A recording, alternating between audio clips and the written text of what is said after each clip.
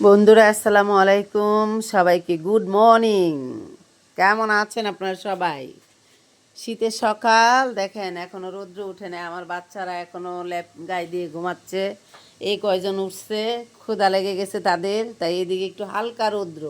রৌদ্র থেকে বেশি শিশির ঠান্ডা বাতাস।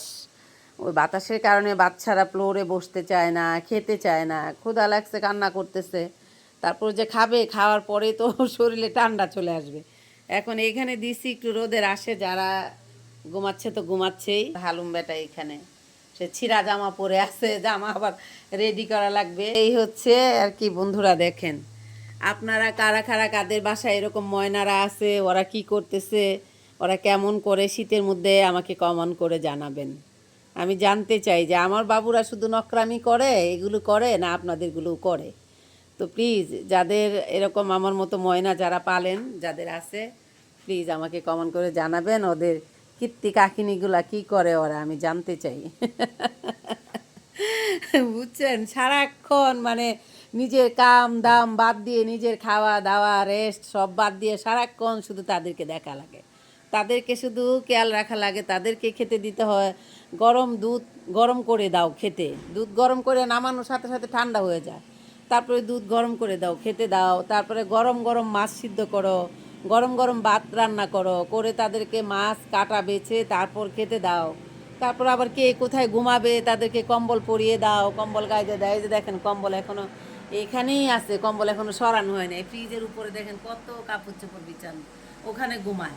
ওইদিকে ফ্রিজে চিপা দিয়ে একটু রৌদ্র আসে, ওখানে ঘুমায়, বুঝছেন। আর এই কম্বল হচ্ছে এখানে পরে ঘুমায়, ওই আরেক রুমে খাটে ল্যাব গাইতে ঘুমাচ্ছে। তো এই যে তাদের কীর্তি কারখানাগুলো, ছোট্ট বাচ্চা মনে করেন 1-2 মাসের বাচ্চাদের পিছে যেভাবে শ্রম দিতে হয়, তার থেকে অনেক বেশি শ্রম তাদের পিছনে দিতে হয়। তো বন্ধুরা, কাদের কাদের বাসায় আপনাদের এরকম আমার মতো ময়না আছে, এরকম বিরক্ত করে এত পরিশ্রম তাদের পিছে করতে হয়, আমাকে আপনারা কমেন্ট করে জানাবেন। আমি জানতে চাই আপনারা আমার মতো কতটা সুখে আছেন। আপনারা কতটা সুখে আছেন এরকম ময়নাদেরকে নিয়ে, সেটা আমি জানতে চাই। আমাকে একটু বলবেন। হ্যাঁ, বাপরে বাপরে বাপ, এমন একটা যন্ত্রণা তাদেরকে নিয়ে। গরমের দিন হইলে সেই হিসাবে ভালো আছে, ফ্যান ছেড়ে দাও, শুয়ে থাকুক। তারপরও কার কোথাও গরম লাগছে খেয়াল রাখতে হয়। কিন্তু ঠান্ডার মধ্যে একটু বেশি, মানে এই ঠান্ডাটা পড়ছে মনে করুন 2009 সালের দিকে সম্ভবত এরকম একটু ঠান্ডা পড়েছিল, 9, 10, 11-র দিকে মনে হয়, এত খেয়াল নাই আমার আর কি। তারপরে আরেক বছর পড়ছিল মনে হয় 12-13-র দিকে। তারপর থেকে এরকম ঠান্ডা আর কখনো পড়ে নাই। গত বছর একটু হালকা 2-3 দিন একটু হালকা ঠান্ডা ছিল, কিন্তু এই বছর ঠান্ডাটা একটু বেশি পড়ে গেছে। আর ঠান্ডার থেকে বেশি হচ্ছে ঠান্ডাটার সাথে সাথে যখন শিশির পড়ে, বাতাস পড়ে, দেখেন আমার এই ময়নাটার শরীরে রুম্বা দেখেন কীভাবে দাঁড়ায় আছে।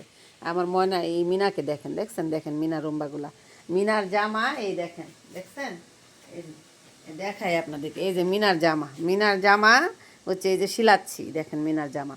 মিনার জামা হচ্ছে গায়ে দিয়ে দিলেই বড় হয়ে যায়। এই ছোট্ট ছোট্ট এদিকে এত ছোট জামা থাকে, জামা কিনে কেটে কেটে তারপর বানাইতে হয়। তারপর তাদের পা দিয়ে বের করে ফেলবে, শরীর দিয়ে গলা দিয়ে বের করে ফেলবে, ফেলে দিয়ে তারপরে ফুলে টুলে থাকবে, বুঝছেন, এই অবস্থা করে। তো বন্ধুরা, আপনারা সবাই ভালো থাকবেন, সবাইকে অনেক অনেক ভালো থাকার জন্য দোয়া করি। সবাই যেন ভালো থাকেন, সবার বাচ্চারা ভালো থাকে, সবার বাবা মা ভালো থাকে। এই শীতে যেন আমরা কাউকে না হারাই, সবাইকে নিয়ে যেন আমরা সুখের সংসার গড়ে তুলতে পারি। তো বন্ধুরা, আপনারা সবাই ভালো থাকবেন। আপনাদের সাথে দেখা হবে আমার এনি টাইম। সকালে এখনও নাস্তা করিনি, বুঝছেন, বেজে গেছে কয়টা দেখেন। তাদের খাবার রেডি করতে হচ্ছে, তাদেরকে ঘুম থেকে তুলতে হচ্ছে, যার জামা গায়ে নেই জামা পরাতে হচ্ছে, ওই যে তাদের ওয়াশরুমে নিয়ে যেতে হচ্ছে, বিভিন্ন রকমের ইত্যাদি ইত্যাদি কাজকামের কোনো শেষ নাই, বুঝতে পেরেছেন। তো বন্ধুরা, সবাই ভালো থাকবেন। আপনাদের সাথে আমার দেখা হবে নেক্সট টাইম অন্য কোনো ভিডিওতে, নতুন নতুন গল্পর সঙ্গে দেখা হবে আপনাদের সঙ্গে। সে পর্যন্ত আল্লাহ হাফেজ, টাটা।